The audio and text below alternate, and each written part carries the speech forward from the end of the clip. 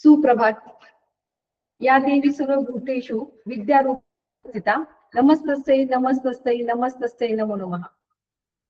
आपल्या जिल्हा परिषद अहिल्यानगर अंतर्गत मिशन आरंभ 2026 ऑनलाईन मार्गदर्शक तासिकेत आपल्या सर्व विद्यार्थ्यांचे मी मनापासून स्वागत. मित्रांनो, तुम्ही अतिशय हसत खेळत आनंदात क्लासला जॉईन व्हायचं आहे. अजिबात कुठल्याही गोष्टीचा ताणतणाव लोड घ्यायचा नाही. एकदा दीर्घ श्वास घ्या आणि आनंदाने अतिशय प्रसन्न मनाने आपण खेळत आपली आजची तासिका घेणार आहोत. माझ्या बालमित्र आणि मैत्रिणींनो, तुम्हाला या चित्रामध्ये काही विद्यार्थिनी हातामध्ये कुंडी घेताना दिसत आहेत. तर त्यांनी काय ठरवलं, त्यांचा वाढदिवस या वर्षभरात कधी असो, कोणत्याही महिन्यात असो, पण त्यांनी शाळेला किंवा घराबाहेर अंगणात शेतात जिथं जागा मिळेल तिथं त्यांनी झाड लावायचं असं ठरवलं. आणि त्यांनी आताच मागच्या महिन्यामध्ये त्यांनी त्यांच्या शाळेला एक छानशी कुंडी भेट दिलेली बाळांना. एक छानशी कुंडी आणि त्याच्यात तुळशीचं रोप लावलेलं आहे. मग आपणही आपल्या वाढदिवसाच्या दिवशी एक झाड लावलं तर, हे बघा, आपण आता 4थीत आहोत. 9 ते 10 वर्ष वयोगट आहे आपला. जर आपण या वर्षी झाड लावलं आपल्या वाढदिवसाच्या दिवशी, तर पुढच्या वर्षी ते झाड 1 वर्षाचं पूर्ण होईल, बरोबर. आणि जसं आपण वाढू तसं झाडही आपल्यासोबत वाढेल आणि आपल्याला आनंदाबरोबर ऑक्सिजन मिळेल. पर्यावरणही आपलं अतिशय छान राहणार आहे. म्हणून आपण आज एक संकल्प करणार आहोत की आपल्या घरात कुणाचाही वाढदिवस असेल किंवा आपला स्वतःचा असेल, तर त्या दिवशी चॉकलेट शाळेला न देता, मुलांना चॉकलेट न वाटता, आपण एक छोटीशी कुंडी आणि एक छोटंसं रोपटं आपण आपल्या शाळेला देऊयात किंवा जिथं जागा असेल तिथं लावूयात. तर बघा, या भिलवडे शाळेचे विद्यार्थिनी आहेत. खूप छान पद्धतीने हा उपक्रम सुरू केलेला आहे. आपणही तो उपक्रम आपल्या शाळेमध्ये सुरू करू शकतो किंवा आपण स्वतः लावू शकतो. बघा, 10 वर्षांपूर्वी चौथीला आपण चौथीच्या विद्यार्थ्यांना शिष्यवृत्ती होती, परंतु त्यानंतर 5वीच्या वर्गाला शिष्यवृत्ती आहे. आणि आता पुन्हा एकदा 2026 पासून आपल्याला 4थीच्या वर्गाला शिष्यवृत्तीचा अनुभव मिळालेला आहे. तर प्राथमिक शिष्यवृत्ती परीक्षा इयत्ता 4थी आजचा जो घटक आहे दिनदर्शिका, तर हा घटक फक्त गणित विषयापुरताच मर्यादित नाही बाळांनो. तर हा विषय आपल्याला बुद्धिमत्तेत येतो आणि आपल्या दैनंदिन जीवनामध्येही दिनदर्शिका हा घटक आपल्याला खूप आणि खूप महत्वाचा आहे. आताच 2-3 दिवसांपूर्वी आदरणीय आपल्या शिरसाट सरांनी खूप छान पद्धतीने तुम्हाला दिनदर्शिकेची संकल्पना सुरळीतपणे शिकवलेली आहे, सांगितलेली आहे, समजावलेली आहे.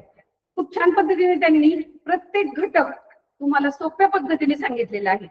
मग आज आपल्याला जास्तीचा वेळ न दवडता आपल्याला या दिनदर्शिका घटकाचा सराव करायचा आहे. कारण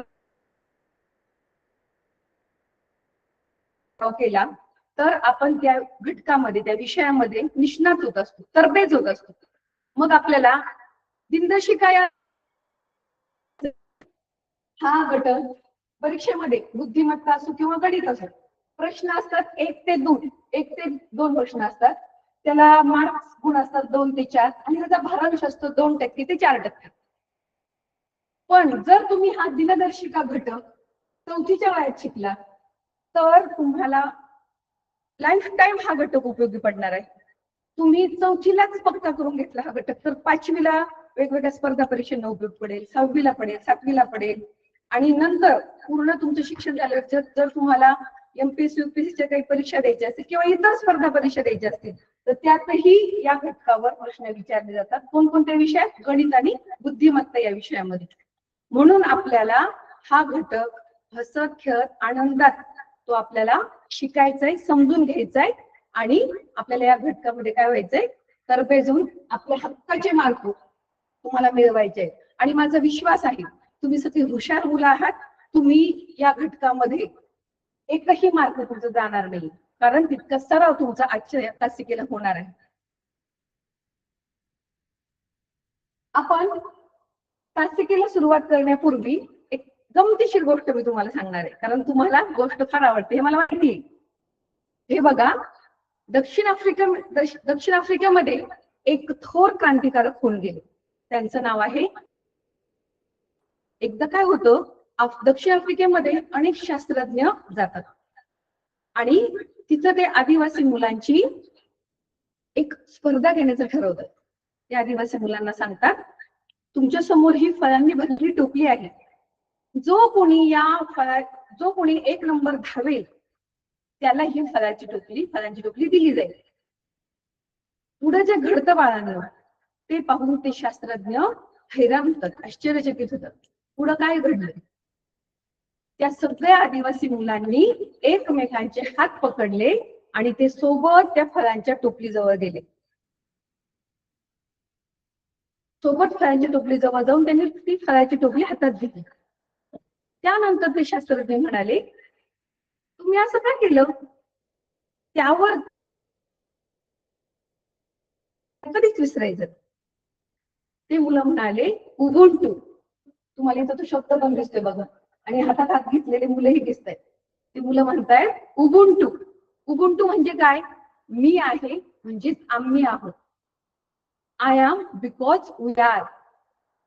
मला सांगा बालमित्रांनो, आपणही आपल्या आयुष्यात आपल्यामुळे कुणाला आनंद मिळत असेल, फायदा मिळत असेल, तर आपण नक्कीच तशी कृती, तसं आपण वागलं पाहिजे. आपलं जीवन हे फक्त आपल्या पुरतच नसतं बाळांनो, ते इतरांसाठीही आपल्याला उपयोगी पडलं पाहिजे, आपल्यामुळे इतरांचा फायदा झाला पाहिजे. ह्याच गोष्टी उबुंटू मध्ये या विद्यार्थ्यांनी कृतीयुक्त दाखवून दिलेल्या आहे. ही गोष्ट सांगण्याचा माझा एकच उद्देश आहे, आपणही सध्या शिष्यवृत्ती परीक्षेला बसलेलो आहोत, किंवा इतर कोणत्या स्पर्धा परीक्षेला, किंवा वर्गात आपल्या ज्या परीक्षा असतात, किंवा आपल्या शाळेमध्ये ज्या आपल्या आवडीनुसार ज्या स्पर्धा होतात, रांगोळी स्पर्धा असेल, निबंध स्पर्धा असेल, वक्तृत्व स्पर्धा असेल, कोणत्याही, त्यावेळेस कधी कधी समजा माझ्यापेक्षाही माझ्या एका मैत्रिणीचं अक्षर चांगलं असेल, तर आपल्या मनात अशी भावना निर्माण झाली पाहिजे की तिला पहिला नंबर मिळावा. पण आपण त्याच्या उलट वागतो. आपल्याला वाटतं की नाही, प्रत्येक स्पर्धेत माझाच पहिला नंबर आला पाहिजे.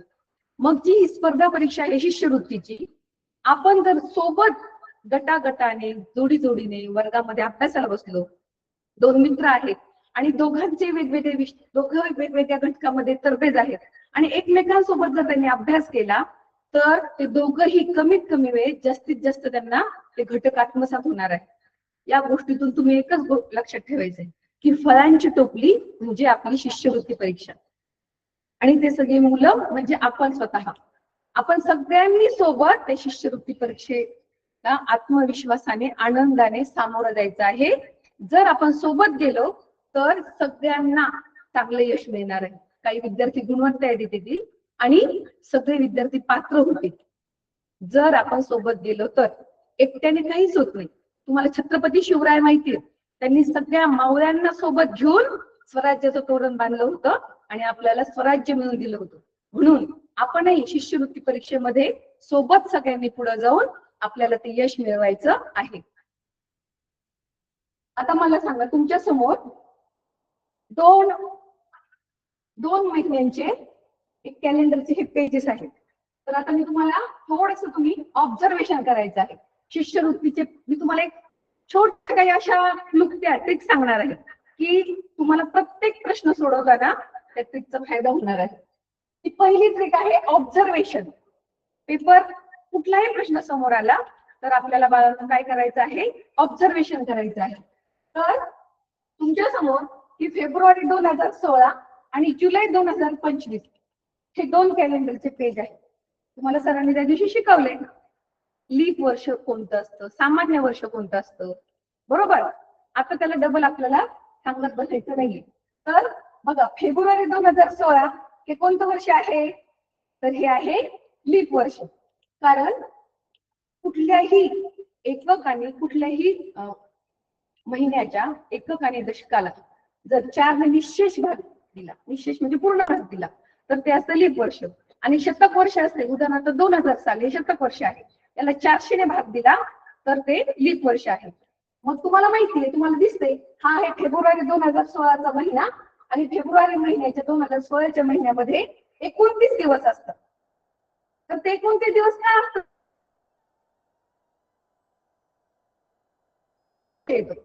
तुम्हाला याचं भौगोलिक कारण आहे त्या दिवशी सरांनी सांगितलेलं, थोडंसं आठवा. आणि त्याच्यानंतर पुढचं आहे जुलै 2025 हे आहे सामान्य वर्ष. तुम्हाला त्या दिवशी सांगितले की कुठले महिने, 31 दिवसाचे किती महिने असतात, 30 दिवसाचे किती महिने असतात, आणि 28 किंवा 29 किती महिने, हे सगळं आपल्याला माहिती आहे. थोडंसं ऑब्झर्वेशन करायचं आहे. हे बघा, कुठलंही वर्ष असू, एक ट्रिक ध्यानात ठेवा, कुठल्याही वर्षाच्या 1, 2 आणि 3 या 3 तारखेला समान वार असतात, किंवा 1, 8, 15, 22, 29 समान वाराच्या समान वार असणाऱ्या तारखेला. त्याचबरोबर 2, 9, 16, 23, 30 यांनाही समान वार असतात. 3, 10, 17, 24, 21 यांनाही समान वार असतात. इकडे बघतो आपण लीप वर्षाच्या कॅलेंडर मध्ये, इथं फक्त 1, 8, 15, 22, 29 समान वार असतात. आता मला सांगा, जर तुम्हाला प्रश्न पत्रिका हातात पडली तर तुम्हाला कच्च्या कामासाठी जी जागा असते त्या जागेमध्ये तुम्ही पटकन ह्या तिन्ही गोष्टी लिहून घ्यायच्या आहेत. कोणत्या? खूप सोपं आहे बघा. 1, 8, 15, 22, 29 या 5 तारखा लक्षात ठेवायच्या. लिहून ठेवल्या की नंतर 1 नंतर 2 खालच्या ओळीमध्ये, 8 नंतर 9, 15 नंतर 16, 22 नंतर 23, 29 नंतर 30, परत 2 नंतर 3 तारीख, 9 नंतर 10 तारीख, 16 नंतर 17 तारीख, आणि 23 नंतर 24 तारीख, आणि 30 नंतर 31 तारीख. सोपं आहे की नाही? आपल्याला काय लक्षात ठेवायचं बाळांनो? फक्त ही लाईन लक्षात ठेवायची, 1, 8, 15, 22 आणि 29. हे लक्षात ठेवलं की तुम्हाला कुठलाही घटक अवघड जाणार नाही. कारण कधी कधी कसा प्रश्न येतो बघा, मी तुम्हाला सांगते. 8 जुलै 2025 रोजी जर मंगळवार असेल, 8 जुलै 2025 रोजी जर मंगळवार असेल, तर 29 जुलै 2025 रोजी कोणता वार असेल? तर तुमच्या समोर या तीनही तारखा असतील बाळांनो, तुमच्या समोर या तीनही तारखा असतील. वेळ लागणार नाही, कारण आपल्याला तुम्हाला माहिती, पहिला विषय आपला मराठी आणि गणित. मराठी विषयाचे आपले 25 प्रश्न असतात 50 गुणांचे, बरोबर. आणि नंतर गणिताचे असतात 50 प्रश्न, किती मार्काला? 100 मार्काला. मग व्याकरणामध्ये जर तुम्ही त्याच्या तरबेज असाल तर व्याकरण हे फक्त 15 मिनिटात सोडून घ्यायचं, आणि गणितासाठी 6 तास ठेवायचे. का?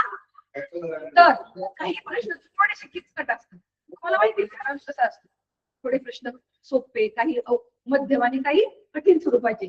मग तुम्हाला कठीण स्वरूपासाठी हे मराठीचे 15 मिनिटं ठेवायचे. ही पण एक पेपर सोडवण्याची ट्रिक आहे, ती लक्षात ठेवा काय.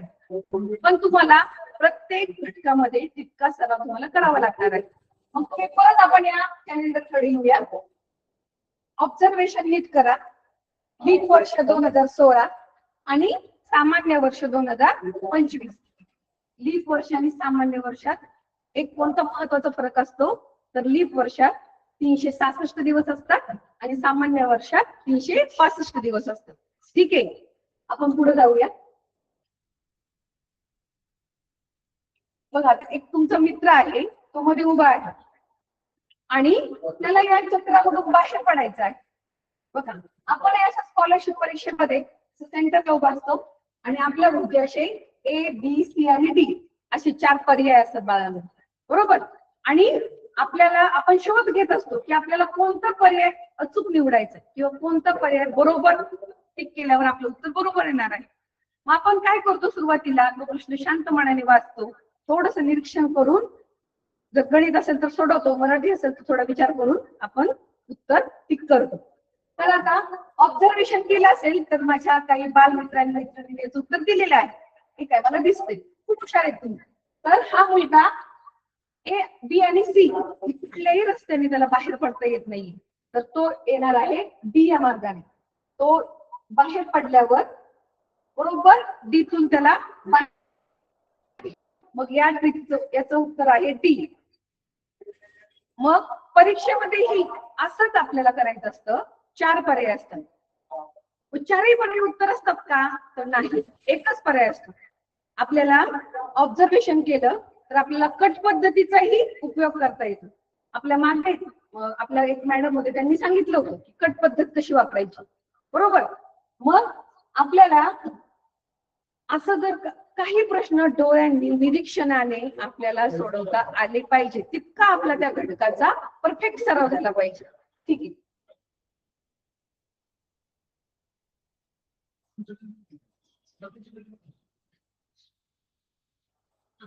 आता पुढे पहिली ट्रिक आहे एकाच वारीत येणारे दिवस. 15 ऑगस्ट स्वातंत्र्य दिन, 1 ऑगस्ट टिळक पुण्यतिथी, 14 नोव्हेंबर बाल दिन, 5 सप्टेंबर शिक्षक दिन. हे चारही दिवस कुठलंही वर्ष असतो, लीप वर्ष सामान्य वर्ष बघायचं नाही, कुठलंही वर्ष असतो, हे चारही दिवस एकाच वारी येतात.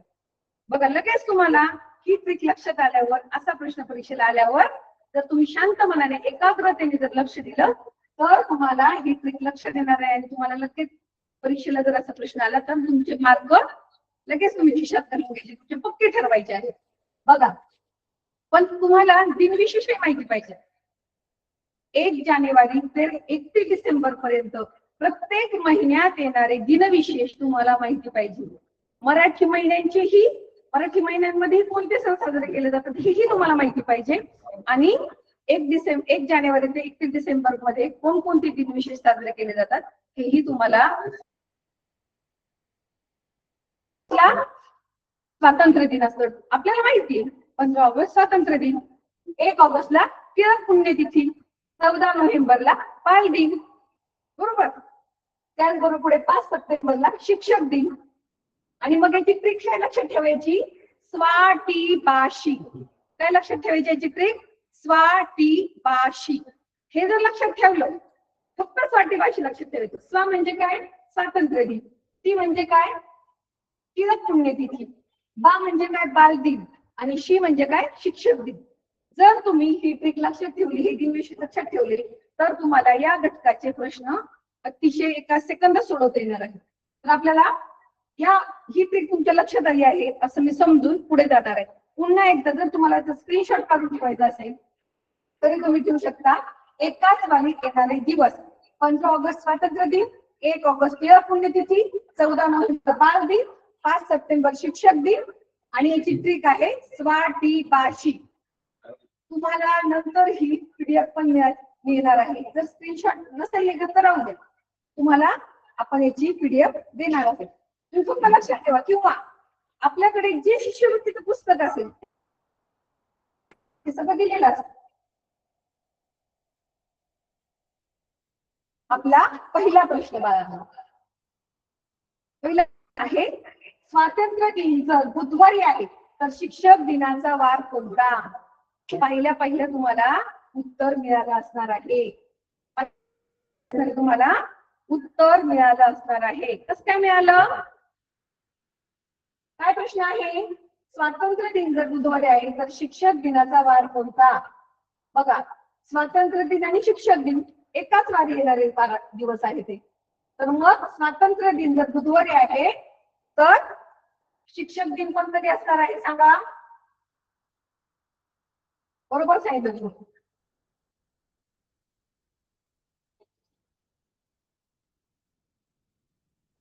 बुधवारी. कधी आहे शिक्षक दिन, बुधवारी. ठीक आहे, आता आपण पुढच्या प्रश्नाकडे जाऊया.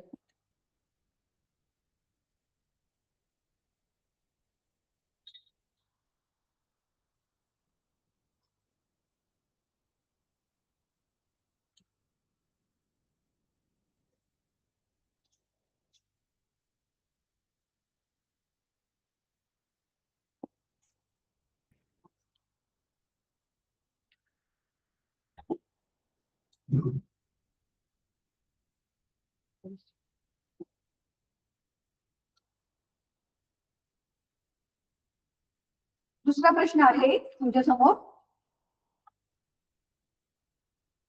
14 नोव्हेंबर 2026 रोजी जर बाल दिन शनिवारी आहे तर 1 ऑगस्ट 2026 रोजी कोणता वार होता.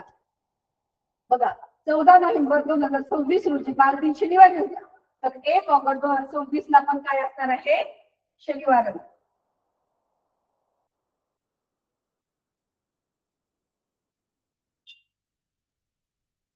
आलं लक्षात.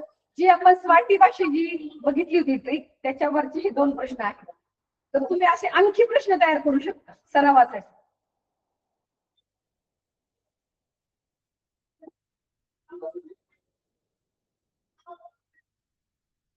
आपली पुढची ट्रिक आहे एका वर्षात समान वारी येणारे दिवस. एका वर्षात समान वारी येणारे दिवस. बघा 1 मे महाराष्ट्र दिन. आता हे वेगळे आहे, पहिली ट्रिक वेगळी होती आणि ही ट्रिक वेगळी. 1 मे महाराष्ट्र दिन आणि जागतिक कामगार दिन. 2 ऑक्टोबर महात्मा गांधी लाल बहादूर शास्त्री जयंती. 25 डिसेंबर नाताळ. 26 जून राजर्षी छत्रपती शाहू महाराज जयंती. तर मी तुम्हाला मगाशी सांगितलं की तुम्हाला दिनविशेष लक्षात ठेवावे लागणार आहे. कसे लक्षात ठेवायचे, तर एकमेकांशी तुम्ही चर्चा करायची शाळेमध्ये. तुम्ही वर्गात ज्या मुलाच्या ज्या मुलीच्या बेंचवर बसता त्यांना सांगायचं मगानाशा. काय ट्रिक सांगायची तुम्ही? मगानाशा. म्हणजे काय? 1 मे महाराष्ट्र दिन. म्हणजे त्याचा त्या दिवशी आणखी दिवस साजरा केला जातो जागतिक कामगार दिन. 2 ऑक्टोबर गांधी जयंती. का म्हणजे गांधी जयंती. ना म्हणजे नाताळ. आणि पुढचं शा म्हणजे शाहू महाराज जयंती. जसं आपण स्वातीवाशी लक्षात ठेवलं तसं हेही लक्षात ठेवायचं. तसा जर प्रश्न आला परीक्षेत तर तुम्ही कधीच विसरणार नाही. मला माहिती तुम्ही हा प्रश्न ही ट्रिक आयुष्यभर लक्षात ठेवणार आहात. तशीच ही पण ट्रिक लक्षात ठेवायची. यावर जर परीक्षेत प्रश्न आला की 26 जून रोजी जर बुधवार होता तर त्या वर्षी 1 मे ला कोणता दिवस कोणता वार होता, तुम्ही लगेच बुधवार सांगणार आहे, कारण तुमची ही ट्रिक लक्षात राहिलेली आहे. पुन्हा एकदा लक्षात ठेवा 1 मे महाराष्ट्र दिन. आपले शेवटी 4 प्रश्न कमी झाले तरी जातील बाळांनो, पण आपल्याला ह्या ट्रिक लक्षात ठेवायच्या आहेत आणि आपल्याला एकदम आनंदाने सोप्या पद्धतीने आपल्याला हे घटक अभ्यासायचे आहेत. 1 मे महाराष्ट्र दिन. 2 ऑक्टोबर महात्मा गांधी जयंती. 25 डिसेंबर नाताळ आणि 26 जून छत्रपती शाहू महाराज जयंती. ट्रिक काय आहे? मगानाशा. आता आपण त्याच्या प्रश्नाकडे जाऊयात. तुम्ही वाचून घ्यायचंय मनामध्ये. 1 मे 2025 रोजी गुरुवार होता तर 2 ऑक्टोबर 2025 रोजी कोणता वार असेल? 1 मे ला काय आहे मला सांगा? महाराष्ट्र दिन, बरोबर. आणि 2 ऑक्टोबरला काय आहे? महात्मा गांधीची जयंती. मग मला सांगा समान वारी येणारे दिवस आहे, काय उत्तर असेल? तुम्हाला मी 1 सेकंदाचा वेळ देते. बरोबर, उत्तर बरोबर आलेलं आहे. 1 मे 2025 रोजी गुरुवार होतं तर 2 ऑक्टोबरला पण कोणता वार असेल? गुरुवार. ओके, तुमच्या लक्षात आले?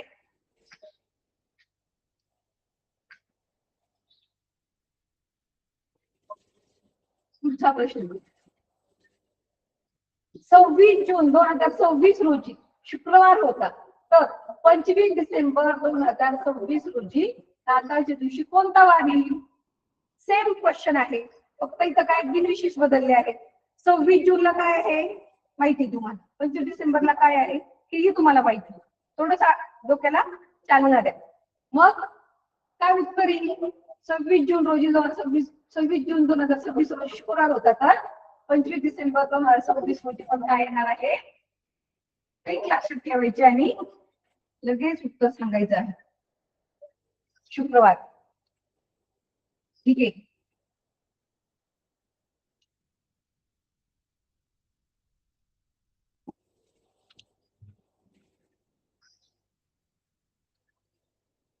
लक्षात घ्या. साध्या वर्षात 1 जानेवारी रोजी जो वार असेल तोच वार त्या वर्षाच्या शेवटच्या दिवशी म्हणजेच 31 डिसेंबर रोजी असतो. मात्र लीप वर्ष असल्यास पुढचा वार येतो. बघा आपण सुरुवातीपासून ज्या ज्या ट्रिक बघितल्या त्या ट्रिक तुम्ही सरावाने तुम्हाला प्रश्न सुटत जाणार आहे. याच्यावर ह्या ट्रिकवरही परीक्षेत प्रश्न आलेले आहेत तिथून मागे. पण जर तुम्हाला जर ट्रिकच माहिती नसेल तर तुम्ही वर्षाचे 365 किंवा लीप वर्षाचे 366 दिवस मोजत बसणार आहात का बाळांनो? नाही बसणार, कारण आपल्याला वेळच नाहीये. आणि तेवढं जर आपण सोडवत बसलो तर काय होईल? आपला वेळ जाईल आणि मग आपले इतर प्रश्न सोडवायचे राहतील. आपल्याला एकच घटक आहे की काय सोडवायला नाही. म्हणून आपल्याला ट्रिक खूप महत्वाचे आहे. परत लक्षात ठेवा, साध्या वर्षात 1 जानेवारी रोजी जो वार असतो तो वार, साधा वर्ष म्हणजे कोणतं? सामान्य वर्ष. तोच वार त्या वर्षाच्या शेवटच्या दिवशी म्हणजे 31 डिसेंबर रोजी असतो. मात्र लीप वर्ष असल्यास पुढचा वार येतो. तुमच्या लक्षात आलेली होती यावर आपण लगेच प्रश्न पाहणार आहोत. मला सगळ्यांना समोर प्रश्न आलेला आहे, तुम्ही वाचून घ्यायचे. एका सामान्य वर्षाची सुरुवात मंगळवारी झाली तर त्या वर्षाचा शेवटचा दिवस म्हणजे कोणता वार असेल? बघा तुम्हाला स्क्रीनवर पर्याय पण उपलब्ध आहे. एकाग्रतेने लक्षपूर्वक ऐकले असेल, पाहिली असेल, वाचली असेल तर तुम्हाला झटकन उत्तर येणार आहे. काय उत्तर आहे सांगा? आत्ताच आपण ट्रिक पाहिली होती, तीच ट्रिकच वापरायची. एका सामान्य वर्षाची सुरुवात मंगळवारी झाली तर त्याचा शेवटचा दिवस कोणता असणार आहे? मंगळवारच. ओके, आलं लक्षात? चला पुढे जाऊया आपण.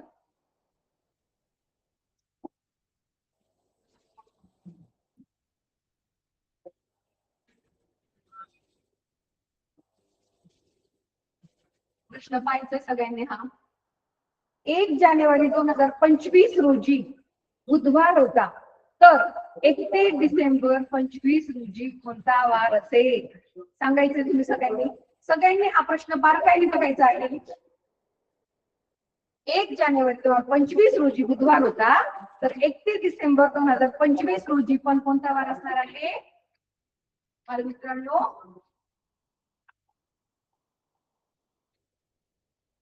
बुधवारच. ठीक आहे.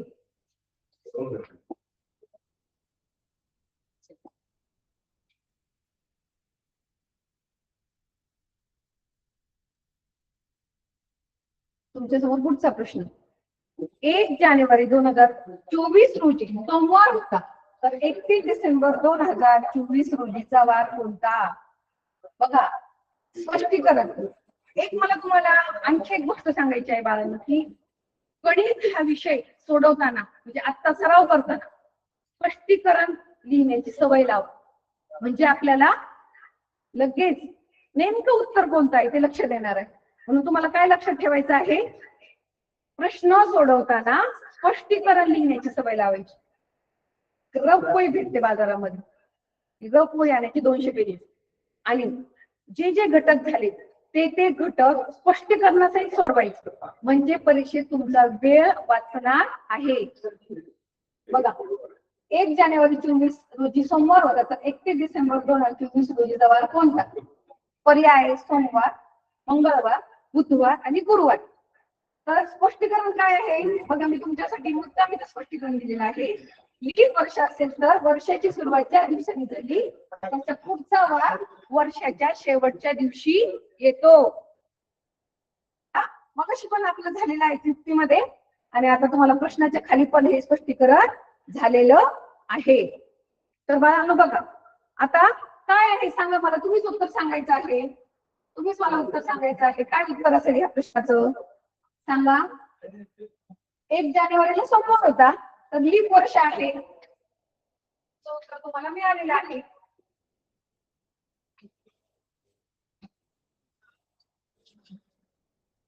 मंगळवार. काय आहे उत्तर? मंगळवार, कारण हे लीप वर्ष आहे.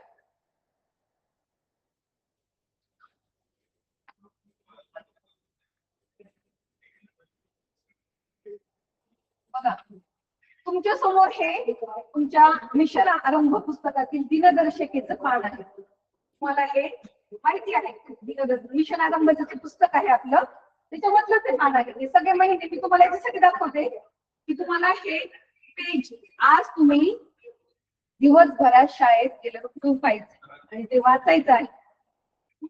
तुम्हाला त्या दिवशी झालेलं आहे की तो महिन्याचे दिवस आहे, 5 वेळा येणारे वारांची संख्या आहे, तिथं 5 वेळा येणारे वार आहे. कुठे लीप वर्षाचं दिलेलं आहे. हे बघा हे त्याचं दुसरं पेज आहे. आपल्याला हे जास्त बघत बसायचं नाही. आता आपल्याला घरी गेल्यावर हे मिशन आरंभचं पेज काढायचं आहे. तुम्ही आता हे पेज नाही बघितलं तरी चालेल. तुम्हाला याच्यासाठी दाखवलं, तुमच्याकडे समोर कधी किंवा आता पुस्तक असेल किंवा दिवसभरात किंवा उद्या कधीही तुम्ही ते पुस्तक त्या पुस्तकातील दिनदर्शिकेचे ते 2 पेज वाचून त्या घटकावरचे प्रश्न सोडवायचे आहेत. तुम्हाला ते चुटकीसरशी सुटणार आहे. पुढे एका साध्या सोपा प्रश्न आहे बघा. मी तुम्हाला सुरुवातीला सांगितलं परीक्षेत 3 प्रकारचे प्रश्न असतात, काही सोपे, काही मध्यम आणि काही. वर्षात एकूण किती दिवस असतात तुम्हाला माहिती आहे उत्तर? किती दिवस असतात सांगा? बरोबर, तुम्हाला याला वेळ लागणार नाही, मला माहिती आहे. एका साध्या वर्षात असतात 365 दिवस आणि लीप वर्षामध्ये किती असतात? 366. या दोन्ही गोष्टी लक्षात ठेवायच्या आहेत.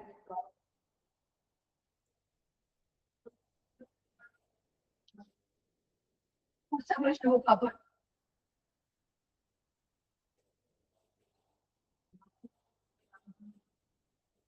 प्रश्न नाही, ट्रिकच आहे. त्या लीप वर्ष असेल तर त्या वर्षी स्वातंत्र्य दिनी 15 ऑगस्ट, स्वातंत्र्य दिन म्हणजे काय? 15 ऑगस्ट. 15 ऑगस्ट आणि 26 जानेवारी हे दोन वेगळ्या कृती आहेत. 15 ऑगस्टला स्वातंत्र्य मिळालेलं आहे आणि 26 जानेवारी रोजी आपला काय असतो? प्रजासत्ताक दिन असतो. लक्षात ठेवा, लीप वर्ष असेल तर त्या वर्षी स्वातंत्र्य दिनी 15 ऑगस्ट रोजी जो वार असतो त्याच्या लगतचा पुढचा वार प्रजासत्ताक दिनी म्हणजे 26 जानेवारी रोजी असतो. म्हणजे बघा लगेच तुमच्या समोर आहे खाली. जर स्वातंत्र्य दिनी रविवार असेल तर प्रजासत्ताक दिनी कोणता वार असेल? सोमवार. पण आता याच्यामध्ये काय लक्षात ठेवायचं आपल्याला? लीप वर्ष. काय लक्षात ठेवायचं आहे? लीप वर्ष. 15 ऑगस्टला जो वार असतो. मग मला सांगा तुम्ही, 15 ऑगस्ट जर सोमवारी असेल तर प्रजासत्ताक दिन कधी येईल? लीप वर्ष असेल तर मंगळवारी. समजा 2024 साल आपण घेऊया. 2024 साल हे काय आहे? लीप वर्ष आहे. 2024 ला कोणतं साल होतं? लीप वर्ष होतं. तर त्या वर्षी मला सांगा 15 ऑगस्ट जर बुधवारी आला असेल तर प्रजासत्ताक दिन कोणता वारी आला असेल? गुरुवारी. ओके, तुमच्या लक्षात राहिलं ही गोष्ट? ठीक आहे, आपण पुढे जाऊया.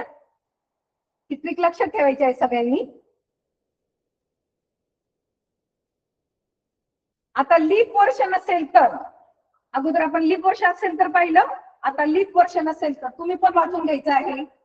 लीप वर्ष नसेल तर त्या वर्षी स्वातंत्र्य दिनी जो वार असतो त्याच्या लगत एक वार सोडून, एक वार काय करायचं? आता सोडून द्यायचं आणि पुढचा वार प्रजासत्ताक दिनी असतो. ह्याची लक्षात ठेवा, पिवळ्या रंगाची. जर स्वातंत्र्य दिनी रविवार असेल तर प्रजासत्ताक दिनी मंगळवार असेल. लीप वर्ष जेव्हा नसतं, उदाहरणार्थ तो नाही, आणि त्या वर्षी जर स्वातंत्र्य दिन रविवारी आला असेल तर प्रजासत्ताक दिन कधी आला होता? मंगळवारी. लीप वर्ष नसेल तर एक वार सोडून द्यायचा आहे आणि लीप वर्ष असेल तर लगतचा वार पुढे घ्यायचा आहे. ही ट्रिक तुमच्या लक्षात राहिली असेल. लोड घेऊ नका बाळांनो, अजिबात लोड घेऊ नका. खूप सोपं आहे. ही पीडीएफ तुम्हाला मिळणार आहे किंवा ह्या ट्रिक बाजारात जेवढे पुस्तक आहेत तेवढ्या पुस्तकांमध्ये आहे. फक्त ट्रिक लक्षात ठेवायच्या आणि त्यानुसार स्वतः प्रश्न तयार करायचे.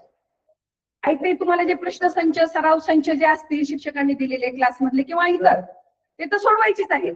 पण मला एक तुम्हाला जाणीवपूर्वक एक गोष्ट सांगायची आहे. जर तुम्ही स्वतः प्रश्न केले, आता जेवढे ट्रिक झाले त्याच्यावर तुम्ही स्वतः प्रश्न केले आणि ते सोडवले तर तुम्हाला ते जास्त लक्षात राहणार आहे आणि खूप लक्षात राहणार आहे. बघा, एक आव्हान देणार आहे मी तुम्हाला. आव्हान म्हणजे काय? चॅलेंज. आतापर्यंत आपण ज्या ज्या ट्रिक बघितल्या त्या ट्रिकवर आधारित कोण पटकन प्रश्न तयार करेल पाहू बरं. मग हे आव्हान तुम्ही दिवसभरात कधीही पूर्ण करायचं. मी म्हणत नाही तुम्ही आता लगेच करा किंवा उद्या कधीही करा. काय आव्हान आहे? आतापर्यंत सकाळी 7 वाजल्यापासून तर आतापर्यंत अर्ध्या तासामध्ये आपण ज्या ज्या ट्रिक बघितल्या त्या ट्रिकवर आधारित तुम्ही स्वतः प्रश्न तयार करायचे आहेत. स्वाटीभाषेवर तुम्ही अनेक प्रश्न करू शकता. मगनाशावर तुम्ही अनेक प्रश्न करू शकता, अनेक प्रश्न तयार करू शकता. पण कधी जर तुम्ही ती ट्रिक काळजीपूर्वक अभ्यासली असेल तर मग हे आव्हान तुम्ही जरूर पूर्ण करणार आहात. या विश्वासाने आपण पुढे जाऊया. आणि आव्हान करेल बाळांनो तुम्हाला, ज्यावेळेस तुम्हाला अभ्यास सांगितला जातो त्यावेळेस तुम्हाला थोडा कंटाळा येतो. पण तुम्हाला असं चॅलेंज दिलं जातं, चला 10 मिनिटात कोण जास्तीत जास्त बेरजेची उदाहरणं सोडवील, तर तुमच्यामध्ये काय लागते? स्पर्धा लागते.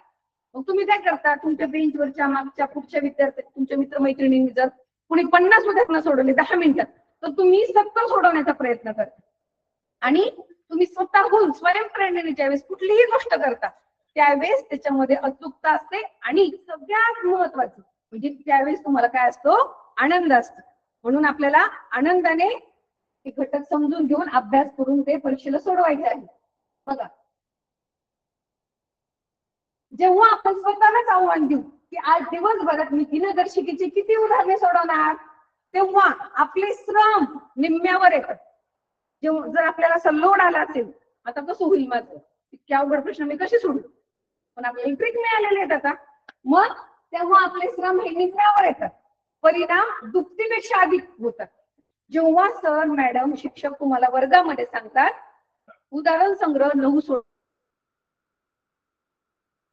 तेवढाच उदाहरण संग्रह सोडत बसतात.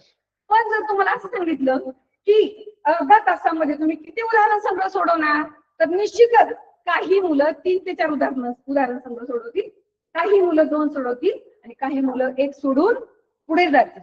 म्हणजे झालं की नाही, तुमचे श्रम निम्म्यावर आले, परिणाम दुप्पटीपेक्षा अधिक झाले आणि आनंद तिप्पटीपेक्षा अधिक होतो. आणि आम्हा शिक्षकांना हेच हवं असतं, आम्हालाही आमचे श्रम निम्म्यावर येतात जेव्हा तुम्ही स्वयंप्रेरणेने अभ्यास करतात आणि जेव्हा तुम्हाला तो घटक समजलेला असतो आणि तुम्ही तो सोडवतात, त्या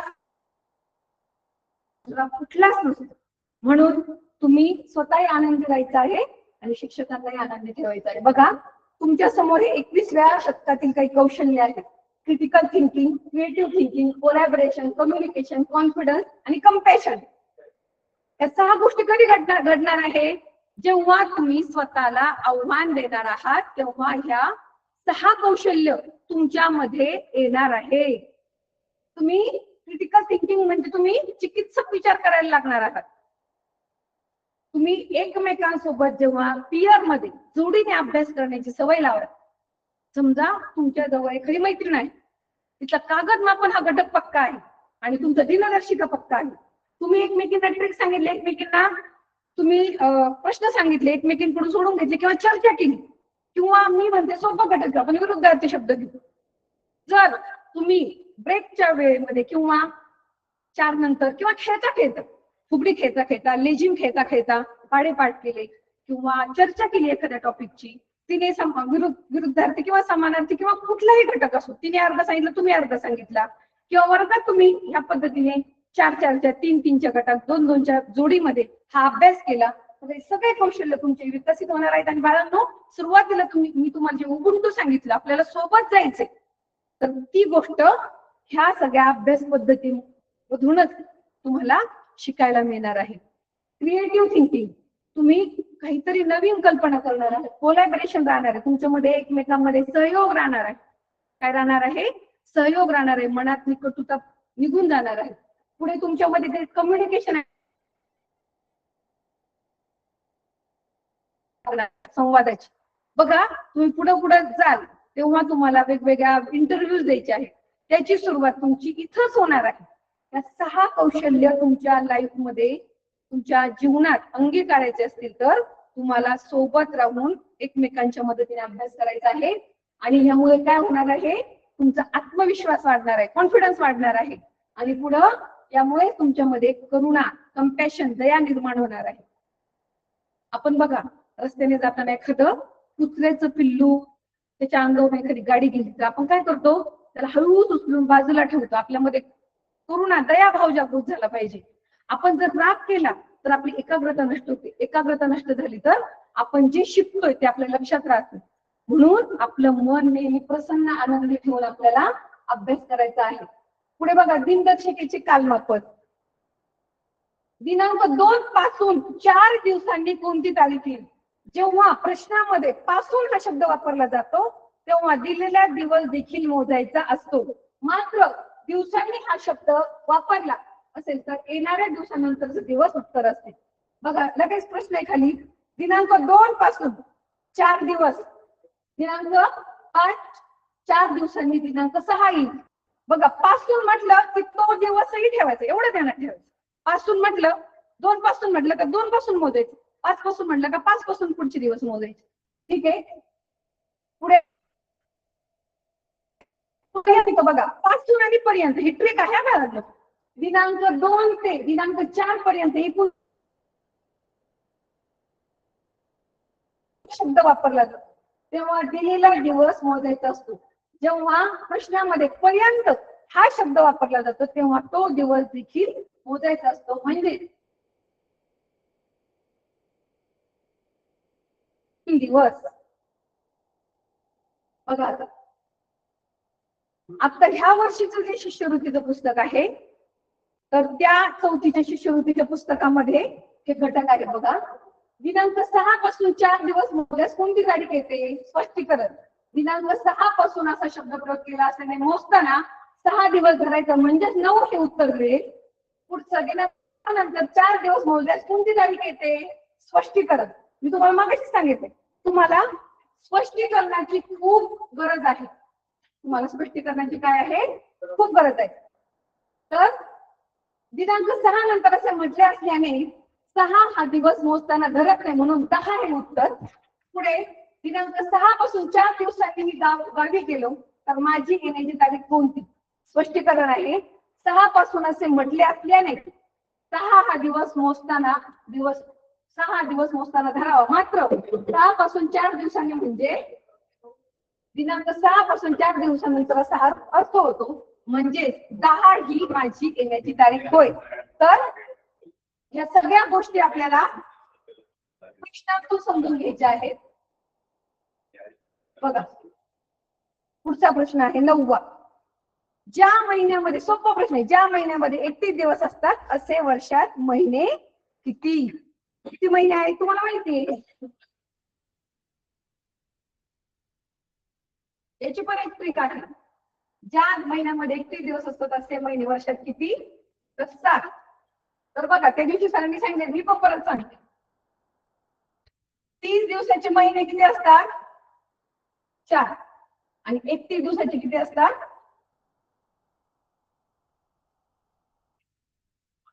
7. आणि फेब्रुवारी महिन्याचा 28 किंवा 29 दिवस असतो, म्हणजे तो किती असतो? 1. मग तुम्ही लक्षात ठेवायचं आहे, 31 दिवसाचे महिने किती आहेत? 7. आणि 30 दिवसाचे किती आहेत? तर 4.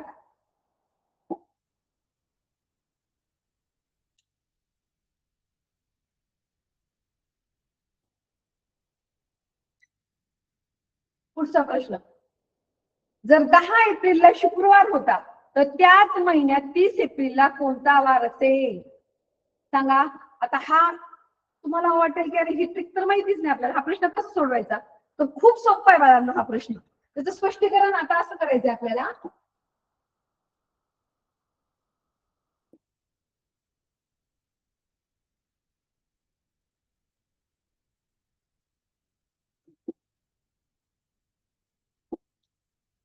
तीस वजा 20, 30 वजा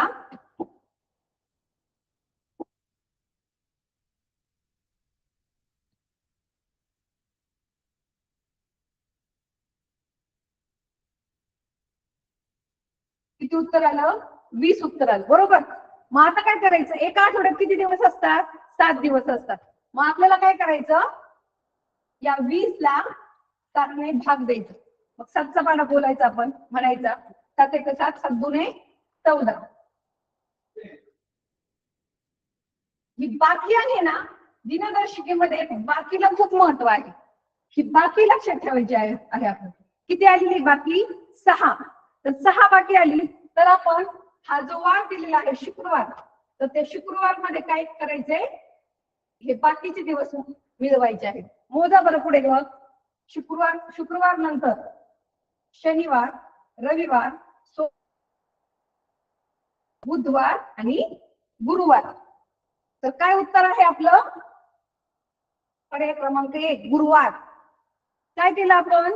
ह्या 30 दिवसातून 10 दिवस वजा केले, उत्तराला 20.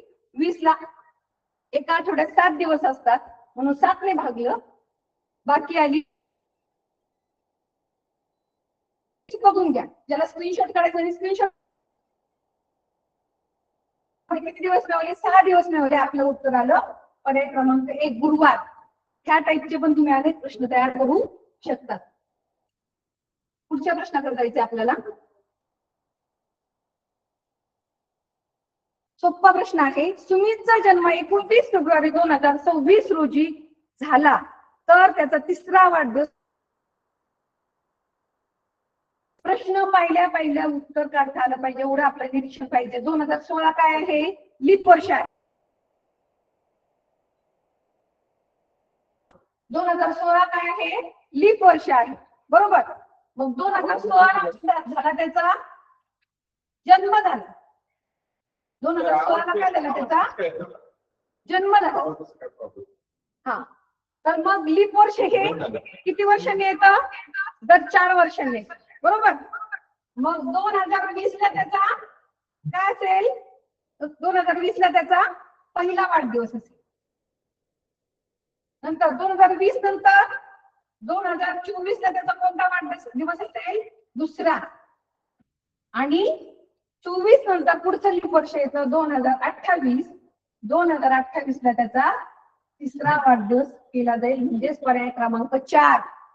असेच प्रश्न येतात. अमितचा जन्म 29 फेब्रुवारी 2020 साली झाला असेल तर त्याचा दुसरा वाढदिवस कधी, तिसरा कधी, पाचवा कधी? काहीच नाही, एकच एक लक्षात ठेवायची. लीप वर्ष 4 वर्षांनी येतं, 4 वर्ष त्यात ऍड करत जायचे, तुम्हाला लगेच उत्तर येईल. ठीक आहे. तुम्हाला, मला असं वाटतंय की तुम्हाला खूप प्रत्येक घटक हा लक्षात आलेला आहे आणि तुम्ही हक्काचे मार्क मिळवणार आहात. बघा, 5 जूनला बुधवार आहे, तर पुढील बुधवार कोणत्या तारखेला येईल? एक लक्षात ठेवा, कुठलाही वार 7 दिवसांनी परत येईल. आज बुधवार आहे, परत 7 दिवसांनी बुधवार येणारच आहे. मग काय करायचं? 5 मध्ये 7 मिळवायचे फक्त, बरोबर. 5 मध्ये 7 मिळवलं किती उत्तर आलं? 12 उत्तर आलं.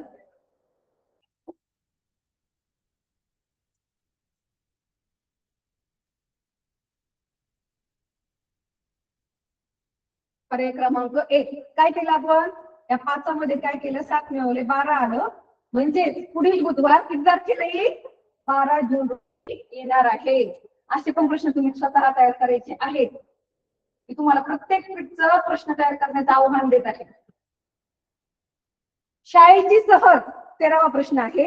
शाळेची सहल 5 डिसेंबर पासून 10 डिसेंबर पर्यंत होती. पासून विचारले बाळा, काय विचारलंय? पासून. पर्याय बघा, 5 दिवस, 6 दिवस, 4 दिवस की 15 दिवस? पासून विचारलंय. तुम्हाला जर मोजण्याचा कंटाळा आला असेल तर काय करायचं? लगेच कच्चं काम करून घ्यायचं. 7, 8, एक मिनिट.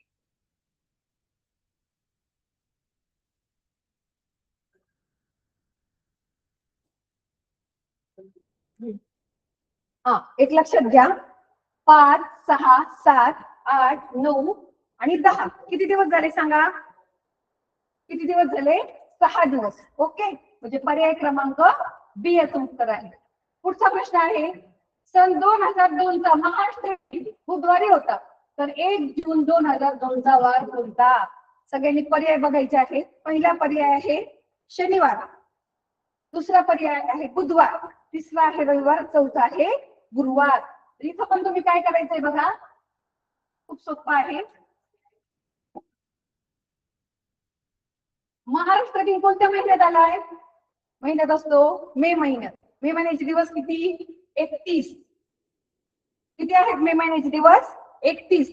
मग 31 ला मग काय करायचं आपण? 8 महिने 7 दिवसांनी भागायचं. 7 चोक 28. वजाबाकी आहे आपली, सॉरी, वजाबाकी 2 आले, म्हणजे 2 ही काय आहे? बाकी आहे. मी तुम्हाला मागेच सांगितलं, बाकी लक्षात ठेवायची. मग आपल्याला काय करायचं? त्या बुधवार मध्ये काय मिळवायचे आहे? 2 दिवस मिळवायचे आहे. बुधवार मध्ये 2 दिवस मिळवले, सॉरी, बाकी 3 आले.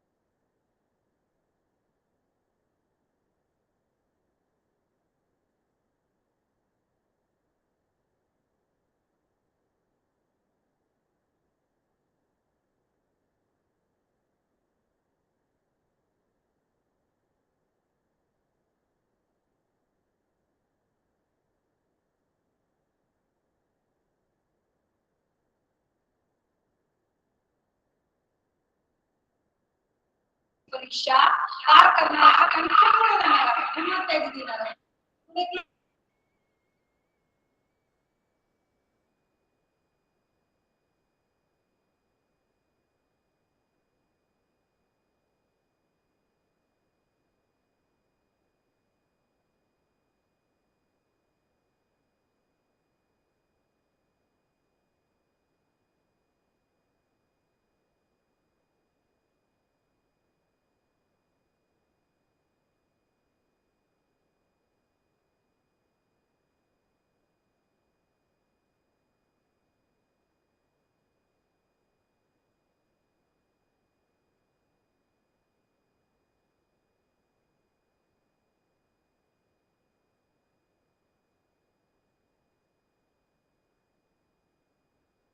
तुम्हाला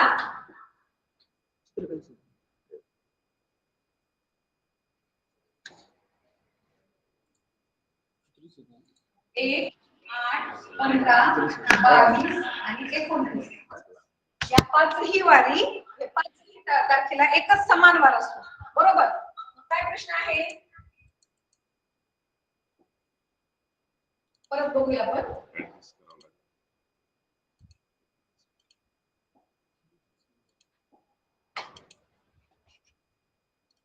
1, 8, 15, 22 आणि 29. तर 1 मार्च 2026 ला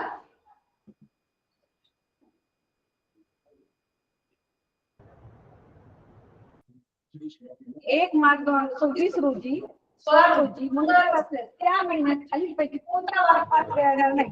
तर कोणती ट्रिक आहे आपली, मागाशी तुम्हाला सांगितली होती मी, 2 महिने दाखवले होते. जुलै 25 महिना दाखवलं, तो 8वा. त्यात दाखवलं होतं तुम्हाला 1, 8, 15, 22, 29 समान वार येतात. मग 1 तारखेला मंगळवार आहे, 2 तारखेला कोणता वार येईल, बुधवार, आणि 3 तारखेला गुरुवार येईल. मग कोणता वार येणार नाही, तर येणार नाही शुक्रवार.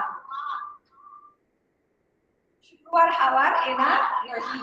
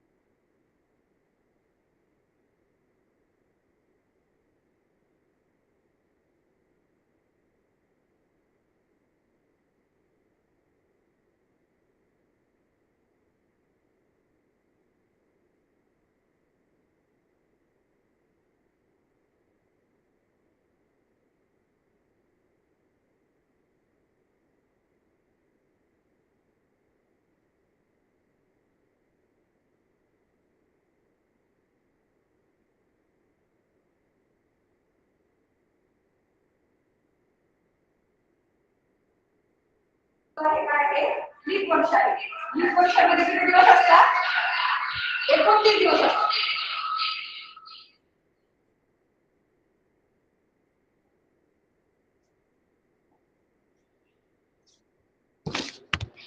एकतीस वजा किती करायचे आहेत आपल्याला 26 म्हणजे हे 5 दिवस आपल्याला येतील. लक्षात ठेवा काही अवघड नाही. फेब्रुवारी महिन्याचे 29 दिवस, मार्च महिन्याचे किती दिवस आहेत 31, त्याचबरोबर एप्रिलचे 30 दिवस आणि मेचा 1 दिवस बघायचे आहे. किती उत्तर येते याचं 96. 96 ला काय करायचं 7 ने भागायचे. 7 एक 7, 9 7 केले 2, 7 3 21. तुम्हाला बघायचे सांगितलं बाकी लक्षात ठेवायचे आहे. आता ही 5 कशामध्ये मिळवायचे आहेत आपल्याला या मंगळवारमध्ये मिळवायचे. मंगळवारमध्ये 5 मिळवले तर किती उत्तर येतं रविवार. काय उत्तर येतं रविवार उत्तर येतं. ह्या पद्धतीने तुम्ही ह्या प्रकारचे प्रश्न मोजायचे, महिने मोजायचे आणि महिने मोजल्यानंतर त्याची बेरीज करून त्याला 7 ने भागून जी बाकी ती त्या वारांमध्ये मिळवायची आहे.